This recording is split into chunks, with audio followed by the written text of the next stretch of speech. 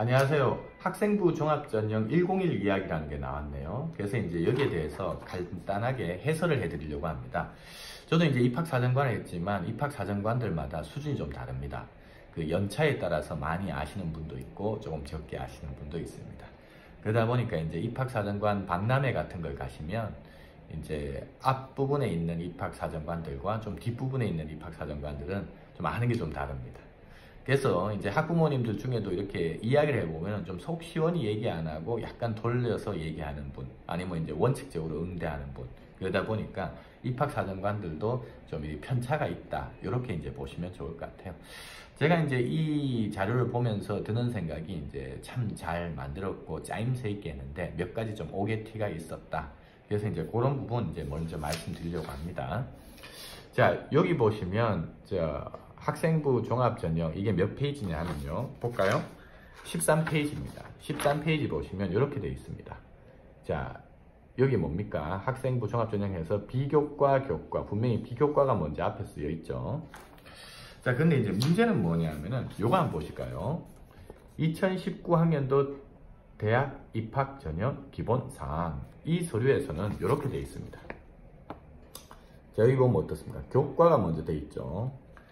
그 다음 이제 이렇게 바뀐 이유가 있는데요. 예전에는 학생부의 비교과를 중심으로 해서 평가를 한다라고 되어 있는데요. 2017학년도 이후부터는 좀 표현이 달라졌고요. 방금 보여드린 것처럼 교과가 이제 앞에 적히게 됩니다. 그리고 이렇게 됩니다. 제가 한번 이제 빨간색으로 한번 해봤는데요. 자, 학생부를 중심으로 이렇게 됩니다. 그럼 이제 이 말은 뭐냐면 내신의 비중이 높아졌다, 이렇게 이해하시면 돼요. 그래서 이제 이 자료를 만들 때 과거에 이제 어떤 도표를 갖고 왔고 이제 2017학년도 이후에 바뀐 그런 도표를 좀 넣었으면 좋겠다, 이렇게 보면 될 것 같습니다. 자, 그 다음 보시면 20페이지에 이렇게 나와 있습니다. 자, 왜 고교 등급제가 문제가 되나요? 자, 우리가 이제 사회과학에서는 이제 이 개념의 이해라는 게 중요한데요. 고교 등급제는 이렇게 보시면 됩니다. 특정 고교를 나온 순간 그 고교에 점수를 더 줘버리는 거예요. 그러면 그게 이제 고교 등급제인데요. 실제로는 고교 등급제를 하고 있지 않습니다. 근데 문제는 뭐냐면 개념을 좀 다르게 한번 정리해 보시죠. 내가 공대를 지원한다고 했을 때 우리 학교는 물리2가 개설되어 있지 않다. 또는 물리2가 개설되어 있더라도 학생들이 어려워하니까 한 학기에 한 단원씩만 나가는 곳이 많습니다. 그래서 일반고에서도 지금 문과든 이과든 물리1 이런, 특히 이제 물리라는 과목이 좀 어렵거든요. 그러다 보니까 한 학기에 한 단원이나 두 단원 정도 나가요. 그 교과서 보면은 어떻습니까? 보통 8단원, 10단원 정도 돼 있죠. 그러다 보니까 실제로 진도를 다 안 나가게 됩니다. 그러면 그런 것들은 이제 입학사정관들이 세특을 통해서 찾아내게 되는 거죠. 그래서 한마디로 말한다면 고교 등급제는 없지만 대학 입장에서 봤을 때는 우리 공대에 선발할 때 좀 뽑기에 적합하지 않은 고교들이 있다는 거죠. 그러다 보니까 그러한 교육과정 충실도라는 개념이 있어서요. 좀 어렵더라도 학생들이 동아리 활동, 방과후 수업, 아니면 이제 교육과정을 이제 거꾸로 수업 등을 활용해서 최대한 그 내용을 다 이해하려고 하는 노력을 지닌 학교들이 있습니다. 그래서 그런 학교들을 같은 값이면 우선적으로 선발하게 됩니다. 그래서 결과론적으로 이렇게 멀리서 딱 쳐다봤을 때는 특정 학교가 많이 뽑힐 수밖에 없죠. 왜냐? 바로 이제 고교 충실도 때문입니다. 그래서 이러한 개념을 갖고 고교 등급제를 보신다면 등급제는 없고 그냥 대학에서 요구하는 학업 역량을 가지고 있는, 또는 그러한 학생들을 배출할 수 있는 고교가 존재한다고 보시면 되겠습니다. 자, 그 다음 이제 여기 18페이지 보시면 학생부 종합전형 공정성 이야기인데요. 자, 특히 이제 유사도 검사라는 것이 있습니다. 그래서 이제 유사도 검사 같은 경우는 이제 좀 뺏겨 쓰는 거죠. 자기소개서 같은 것들을.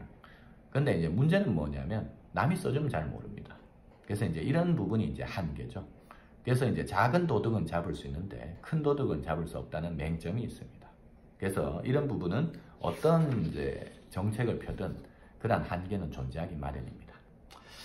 자, 그 다음 이제 이런 게 있습니다. 같은 학교 학생의 학교 생활 기록부를 어떻게 평가하나요?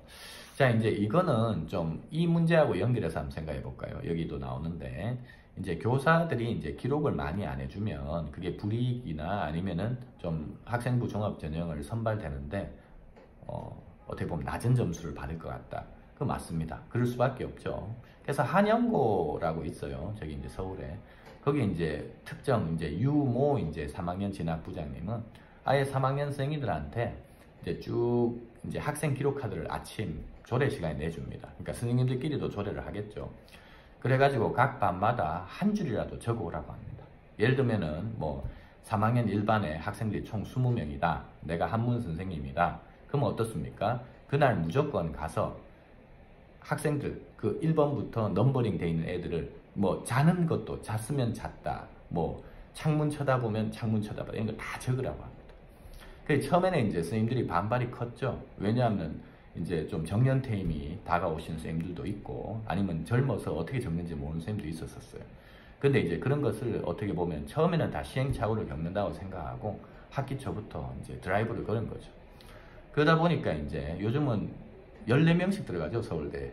그럴 수밖에 없는 게 모든 선생님들이 그냥 적는 거예요. 계속 적는 거예요. 그래서 이제 적다 보면 잘 적을 줄 아는 거예요. 그래서 이제 이런 부분은 존재할 수밖에 없습니다. 왜냐하면 서류를 보고 평가하겠다고 했고 관찰과 기록이라고 했는데 학생 관찰에 대한 기록을 안 하는데 누가 이제 선발을 하겠습니까? 그러다 보니까 학교 편차가 존재한다라고 볼 수밖에 없다. 그래서 이제 이런 부분들이 참 어려운 것 같아요.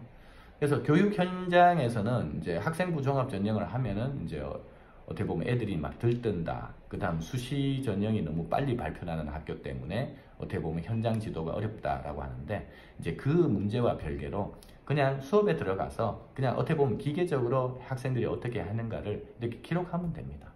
그러면 같은 학교에서 지원한 2명의 지원자의 어떤 그 생활기록부 기록이 당연히 다르겠죠. 왜냐하면 어떤 학생은 이렇게 턱을 갤 거고 다른 학생은 저렇게 턱을 갤 거 아닙니까? 말하자면 이제 비유를 든 거죠. 그래서 그렇게 관찰과 기록을 해보면은 이 기록이 확실히 잘된 학교들이 나타나게 됩니다. 자, 그 다음 이제 학교 생활 기록부 기재가 점점 간소화되면 어떻게 되냐, 이런 내용이 있습니다. 자, 그래서 33쪽이죠. 그러면 이제 평가는 어떻게 하느냐? 평가는 이제 개조식으로 되게 됩니다. 예전에 이제 서술형 문장으로 썼는데요. 이제는 뭐뭐 했음, 뭐뭐함 이렇게 이제 짧게 적게 되겠죠. 그리고 이제 유의미한 활동을 골라내게 되겠죠. 결국 이것도 관찰과 기록을 많이 해본 사람들이 유의미한 걸 찾아내게 됩니다. 그래서 어떻게 보면 이제 학생부 종합전형 자체는 공교육의 정상화이기 때문에 교사들이 학생들에게 관심을 갖고 또 그 반대로 학생들도 교사들에게 어떻게 보면 올바른 수업 태도를 보이는 겁니다. 그러다 보니까 이거는 교육적 이상을 쫓는 어떤 모델이 존재하기 때문에 일선 학교에서는 받아들이기가 어렵고 또 서류로서 사람을 평가한다는 것이 참으로 어렵습니다. 그렇지만 이제 우리가 신언서판이라고 해서 뭐 당나라 때 관리 임용 제도도 있지 않겠습니까? 그리고 보면 사람이 몸을 본다 또는 판단력을 본다 아니면 글을 쓴다 이런 것들이 모든 이런 관찰 평가의 어떤 기본이라고 보시면 좋겠습니다. 그래서 오늘 제가 이제 간단하게 한번 살펴봤는데요. 또 기회가 된다면 이제 뭐 2번째 파트, 3번째 파트 이런 부분도 이제 한번 알려드리고 싶습니다. 그래서 도움이 됐기를 바랍니다.